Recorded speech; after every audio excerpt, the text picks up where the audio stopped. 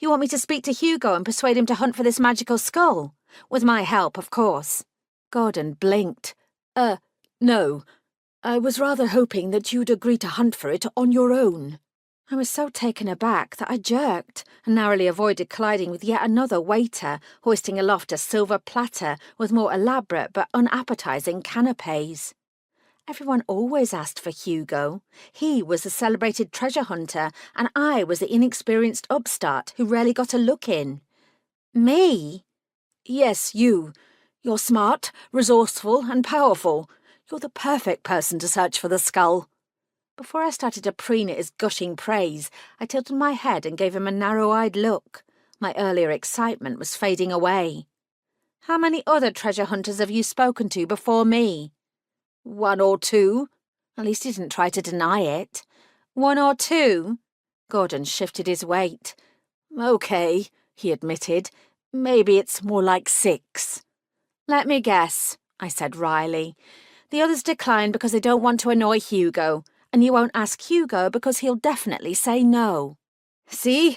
I said you were smart. Gordon's gaze was nervous, but earnest. We both know that Hugo will only say no because he's scared. I felt a twitch of discomfort at discussing Hugo behind his back, and I glanced over at him.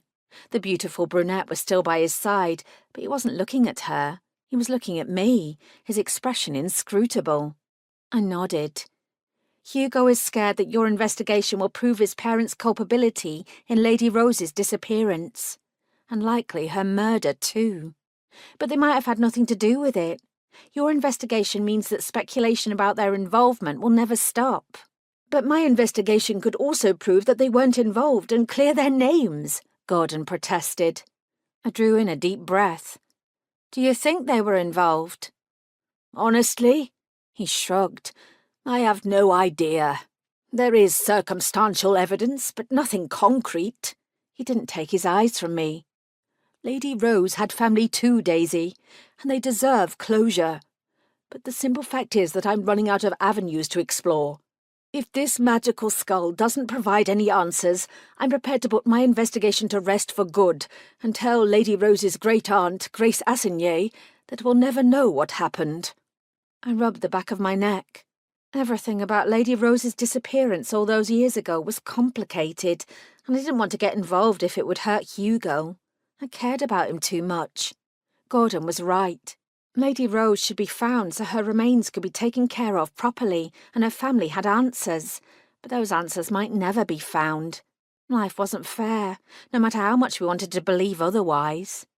In any case, this wasn't the place or the time to be making any sort of decision. I needed a fresh head to consider everything, and I needed to talk to Hugo. Send me what you have on the skull and I'll think about it. But, I added hastily, before Gordon's delight became too obvious, I'm not making any promises. He reached for my hands and squeezed them. Thank you, Daisy. Thank you so much. Don't thank me yet, I grunted.